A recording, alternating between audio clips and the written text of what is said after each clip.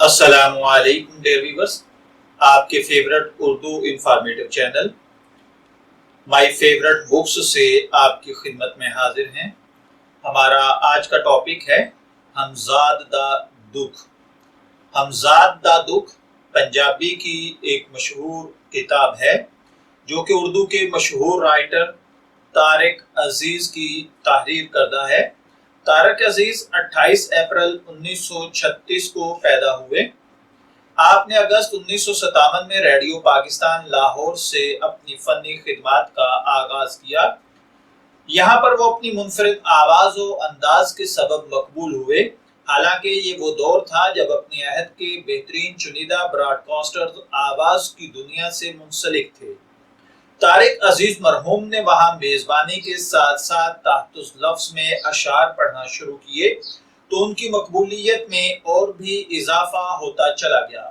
چنانچہ ان کی بڑھتے ہوئے سامعین میں پسندیدگی کو پیش نظر رکھتے ہوئے ان سے کلام اقبال کی منتخب اور طویل نظمیں، جن میں طلوع اسلام، خضر راہ، پیر رومی، مرید ہندی اور شمع ریکارڈ کروائی گئیں۔ یہ کلام ان کی آواز میں اتنا مقبول ہوا کہ ایک عرصے تک ریڈیو سے نشر ہوتا رہا۔ جب 1964 میں پاکستان ٹیلی ویژن کا قیام عمل میں آیا تو طارق عزیز مرحوم نے پہلے اناؤنسر ہونے کے طور پر اس کا آغاز کیا۔ طارق عزیز نے 1975 میں نیلام گھر شروع کیا جو کہ مقبولیت کے باعث طارق عزیز شو بن گیا۔ ان کی پہلی فلم 1967 میں انسانیت ریلیز ہوئی۔ اس کے بعد سالگرہ، قسم اس وقت کی، کٹاری، چراغ کہاں روشنی کہاں اور ہار گیا انسان منظر عام پر آئیں۔ آپ مشہور الوقت پروگرام میں وہ جب بھی پاکستان اور اس کی عوام کے مسائل اور بے بسی کا تذکرہ کرتے تو آپ دیدہ ہو جاتے تھے۔ ان کی بات میں دھرتی سے محبت، قربانی کا جذبہ کار فرما ہوتا تھا۔ وہ قوت گفتار سے ساحرانہ صلاحیتوں کا کام لیتے۔ ان کی شخصی جادوگری ایسی تھی کہ ان کا کہا سچ لگتا اور ناظرین ان کی تالی کے ساتھ تالی بجاتے، نعروں کے ساتھ نعرے لگاتے۔ ہم سے ایک قیمتی چیز چھن گئی، ان کا فن اور ان کی بے مثل شخصیت رختے سفر باندھ گئی۔ ایک عہد مر گیا، اقدار و روایات و تہذیب کا پاسدار ایک شخص جس کے اسلوب بیان نے ہمیں اپنی اردو زبان سے محبت سکھائی تھی، وہاں اس کی زبان کی مٹھاس ہماری روح میں چاشنی بھر دیتی۔ اس میں کوئی شک نہیں کہ ایک ایسا وطن کا جنونی عاشق چراغ لے کر ڈھونڈنے سے نہیں ملتا۔ نیلام گھر میں کھیل ہی کھیل میں طارق عزیز نے نوجوان نسل کی تربیت اپنے انداز و بیان سے کی۔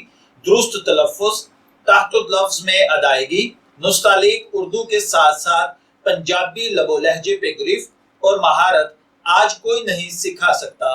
اپنی کتاب ہمزاد دا دکھ میں بڑی سچی اور گہری باتیں آپ نے لکھی ہیں۔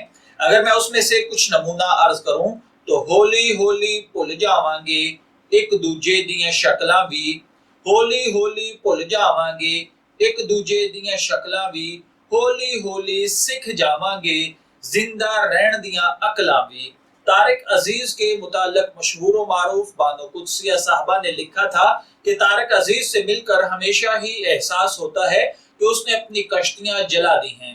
اب وہ جس سفر پر رواں ہے اس سے لوٹ کے آنے کی صورت نہیں۔ اگر طارق ہماری ترقی کی دور کی پیداوار نہ ہوتا تو اس کی زندگی بڑی آسانی کے ساتھ گزرتی۔ وہ یا تو زہر پلانے والوں میں سے ہوتا یا پینے والوں میں سے۔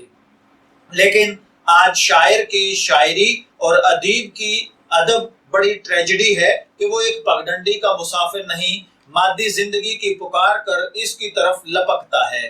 اگر بات کی جائے طارق عزیز کے بہترین کام کے حوالے سے تو اس میں ہمزاد دا دکھ ایک بہترین پنجابی شاعری ہے جس میں سے کچھ نمونے میں آپ کی خدمت میں عرض کرتا ہوں۔ گناہ کیے ثواب کیے، گناہ کیے ثواب کیے، اے 10 فیصلے دا عذاب کیے، میں سوچنا وا چوں دنا لئی، اے خواہشاں دا حباب کیے، جے حرف اوکھے میں پڑھ نہیں سکدا تے پھر جگ دی کتاب کیے، اے سارے توکھے یقین دے نے نہیں تے شاخ گلاب کیے، اے ساری بستی عذاب وچے، اے ساری بستی عذاب وچے تے حکم عالی جناب کیے، تو پیارے بھائیوں اور بہنوں، اگر آپ بھی جناب طارق عزیز کی مشہور زمانہ کتاب ہمزاد دا دکھ پڑھیں تو آپ کو آئیڈیا ہوگا کہ انہوں نے کتنے رچے بسے الفاظ میں مٹی کی خوشبو کے ساتھ اپنے عزیز رشتہ داروں کی گفتگو کے ساتھ اپنی کتاب کو کیسے سینچا ہے۔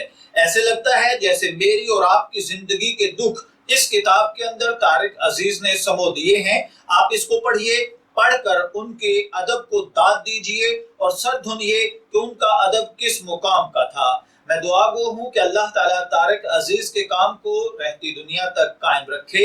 اجازت چاہیں گے، پھر ملیں گے کسی نئے ٹاپک کے ساتھ، تب تک کے لیے اللہ حافظ۔